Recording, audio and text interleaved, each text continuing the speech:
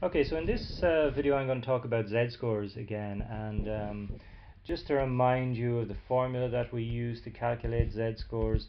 It was our x value minus the mean of the population divided by the standard deviation of the population. So our z-score, this is our z-score in total. This is our x value that we want to see how far it is from the mean in terms of standard deviation. So you subtract the mean here and you divide. You want to see how many standard deviations are there between our x value and our mean.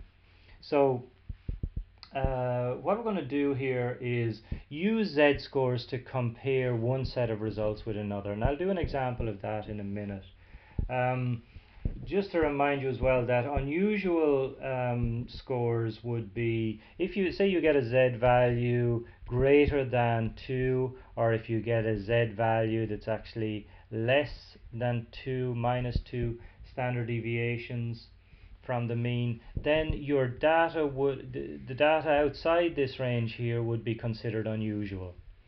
So if your data point x is say 2.5 standard deviations from the mean, it would be considered an unusual data point. Similarly, if it's minus 2.5 or minus 2.1 standard deviations from the mean, it would be considered an unusual data point. Okay, so let's look at an example of how we would use z-scores to compare two sets of results. So I'm going to take someone who has done, let's say, a maths test, and they scored 70%. They scored 70 in their maths test, and the maths test for the class, it's the population is the class, and its mean was, let's say, 85. So the mean score for the class was 85, and the standard deviation for the class was 10. And let's say someone took the same person took a geography test, and let's say in the geography test he got 50%, and in that class the mean was 60% and the standard deviation was 4. So did he do better in maths, relatively speaking, than in geography? Well, let's see. What we would do is we would calculate the z-scores for both and see how far he is from the mean in terms of standard deviation for both sets of results. So let's do maths first. So we'll do maths here, and let's say the z-score here is going to be his x value, which is 70.